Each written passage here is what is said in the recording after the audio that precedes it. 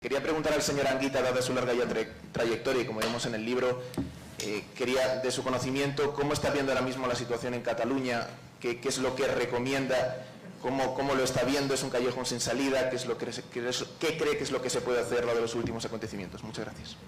Bueno, vamos a ver. Las preguntas, pero bueno. Estará inevitable, ¿eh? Sí, ya. Antes voy a comentar la pregunta, pero no por usted, sino porque es lo que me han preguntado los periodistas que estaban antes. Y le he dado la misma respuesta, ahora aquí un poco más pausada. Vamos a ver, usted imagínase que llega un enfermo desahuciado y llega un médico y dice, mire usted, venga que usted me cure. Y ya llega uno moribundo, ya está con el, ¿qué diría yo?, los estertores de la agonía, ¿no? Venga que usted me cure. Dice, hombre, y usted, porque he estado en otros médicos pero que no me han curado. Entonces, darle a usted la respuesta que hay que hacer ahora exige una explicación. Vamos a un choque de trenes, conducidos por auténticos insensatos, mentecatos, y me voy a callar, y corruptos. Los dos trenes, conducidos por la corrupción. El choque de trenes se viene preparando en la historia lejana porque nunca se ha sabido y no se ha querido abordar el problema de un Estado plurinacional que es el español. El problema de que el Estado plurinacional es evidente lo tenemos cuando los padres de la Constitución meten la palabrita, primero, la nación española única, indivisible, está muy bien, pero después dicen a continuación que en España hay regiones y nacionalidades. Y cuando uno le pregunta a un catedrático de Derecho Constitucional qué es una nacionalidad, pues te contesta Manuel Fraga, o te contestan padres de la Constitución, como Herrero y Rodríguez de Miñón, o te contesta el catedrático que murió, que era del PSUV de Cataluña, Soletura, y te pregunta, no, es que es lo mismo. Luego ponen nacionalidad para evitar poner nación porque tenían miedo a los militares en aquella gloriosa y divinizada transición. Pero claro, resolvieron el problema para empezar, porque cuando Adolfo Suárez ve que la izquierda, entonces PSUV y el Partido Socialista de Cataluña podían ganar las elecciones, el propio Suárez hizo dos auténticos disparates, que hay que decirlo. Uno, café para todos, y otro, traerse al honorable Tarradellas, para que frenara con el espíritu de la Cataluña que había sido martirizada por Franco, traer una figura y contrarrestar el peligro de una izquierda que aparecía como ganadora en las primeras elecciones. A partir de ahí se mimó y se le dio de comer en la mano a Convergencia y Unió.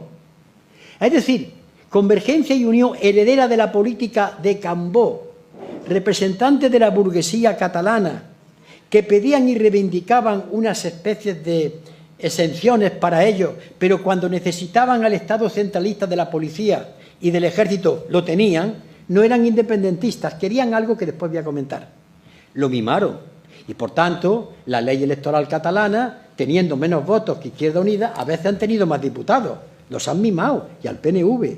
Y cuando Felipe González necesitó ser presidente de gobierno, no pactó con Izquierda Unida, que podía, sino pactó con Convergencia y Unión. Y lo mismo hizo el señor que hablaba catalán en la intimidad, mendigando el voto, y se lo dio Pujol. O lo mismo hizo con la abstención Rodríguez Zapatero. Luego, entre comillas, el monstruo lo han gestado estos. No solamente porque lo has dado el voto en las investiduras, sino para la política más de derechas contra los derechos sociales la han votado, y los presupuestos, y la política atlantista, y la Unión Europea. Es decir, han sido socios indestructibles. ¿Por qué ha pasado esto? Ha pasado esto también porque si hubiera habido un dirigente español o un gobierno con dos cosas, inteligencia política y algo que en política es necesario de vez en cuando, valor cívico, hubiese resuelto el problema.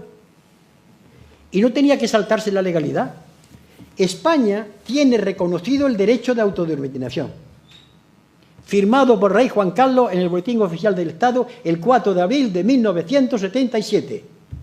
Y esto es así, lo diga que no cualquier catedrático que quiera, porque está en el Boletín Oficial del Estado. Y por tanto, podía utilizar eso y hacer una consulta entonces al pueblo catalán. Miren ustedes quieren la independencia, cuidado, depende de qué quórum, cómo va a ser, vamos a discutir. Oigan, ¿saben ustedes que aquí va a haber una frontera, porque esto no es la Unión Europea. Ustedes saben que el comercio va a haber una aduana, porque esto no es Unión Europea. Ustedes saben que nosotros haremos una carretera que vaya de Zaragoza a Francia para evitar que tengan que ir por el territorio catalán, es decir, las cosas que hay que hacer. Y ustedes saben, un poco de jolgorio, que el Barça va a jugar con el Manresa. Pero claro, esta no es la Liga Española. Y en aquella época, que estoy hablando, en la década prodigiosa, tanto en Cataluña como en Euskadi, la gente no votaría independencia. Pero a la gente hay que preguntarle. Porque si la gente optara por la independencia, para mí eso es sagrado. Ahora bien, que después sepan a qué atenerse, que sean consecuentes con lo que hay. Bien, pues no se ha hecho eso. Y entonces se utilizaba convergencia y unión por intereses de clase. No estoy viendo la lectura de clase en todo esto. Los catalanes no. Los catalanes de la derecha que siempre ha pactado con Madrid. Siempre. Repito, desde Cambó. Falsificando la historia, unos y otros. España no está unida de los Reyes Católicos. Eso históricamente es una mentira increíble. Tampoco Cataluña tuvo esos mártires como Casanova. Se ha inventado mucha historia. Pues bien, de esto de una parte, de la parte más reciente, ¿qué quiere Artur Mas? Yo he oído directamente de los labios de Pujol en la década prodigiosa decir que lo que ellos aspiraban era a un Estado libre asociado, que en absoluto querían la independencia. El propio Mas lo había dicho hace unos meses o un año, no querían la independencia. ¿Por qué? Porque es una tontería. ¿Qué querían? ¿Qué es un Estado libre asociado? Pues lo que tuvo Puerto Rico. Ustedes imaginan que Cataluña es un Estado, reconocido como Estado, que se asocia al Reino de España. Comparten el jefe del Estado, en este caso el rey. La política exterior, a pactar y negociar. La política militar, 4 políticas globales y a partir de ahí ustedes el cupo vasco, como tienen los vascos. Eso es lo que quieren. Todas las ventajas, o como dicen en mi barrio de la Madalena, el momio de estar unido a un Estado medianamente fuerte, pero también tener los rasgos de manos libres para mis negocios y sobre todo para que no me metan mano los tribunales de Madrid por mis robos, escarnios y cohechos que estoy haciendo. Esos 2 choques de trenes van por las posiciones irracionales. Artur Mas, yo creo que es un hombre hoy arrepentido de que puso en marcha, cuando pone un mecanismo o pone en marcha un proceso. Está agarrado, sálvase a la parte, por la CUP, que no lo va a hacer presidente, porque son independentistas, pero menos mal que tienen un sentido ligero de la izquierda y saben que no pueden darle en voto a un señor que, aparte de corrupto, está haciendo la política que está haciendo la derecha en el país. No sé cómo va a acabar. De todas maneras, me temo que desde el gobierno de España sigan fabricando independentistas. Es decir, sigan actuando sin la inteligencia precisa para ir desarmando todo ese discurso tramposo. Pero para desarmar un discurso tramposo hay que comenzar por no ser un tramposo.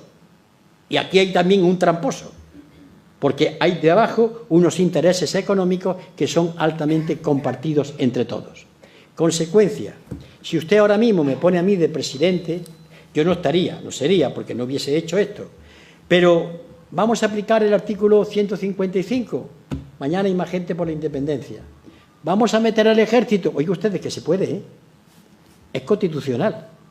Por cierto, que ese artículo de la Constitución es la copia exacta del artículo 39 de la Ley Orgánica de Francisco Franco Bahamonde. Copia exacta, cuando se redactó la Constitución. Meter el ejército, bueno, el ejército, la Guardia Civil, el ejército español, eso es otra realidad que habría que hablar.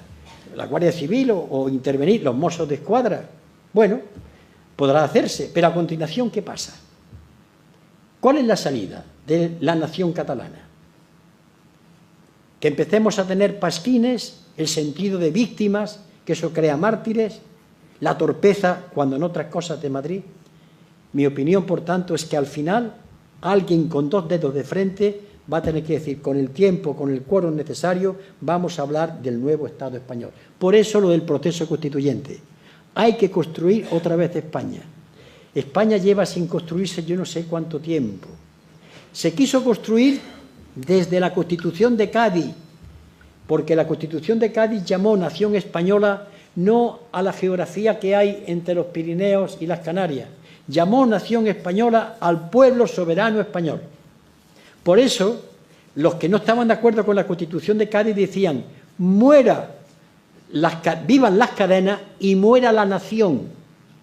Dirigidos por la Iglesia. Entonces, dirigidos por la Iglesia, cuando los majos y majas madrileños y cordobeses traían al rey absoluto y decían, vivan las cadenas.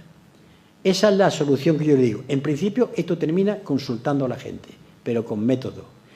Si no, choque de trenes. Un choque de trenes, además, en el que van a pagar mucha gente. Perdonen si me he extendido, pero me pasa como al médico. Yo no puedo decirle, pues hago esto, si no tengo en cuenta lo que ha habido anteriormente.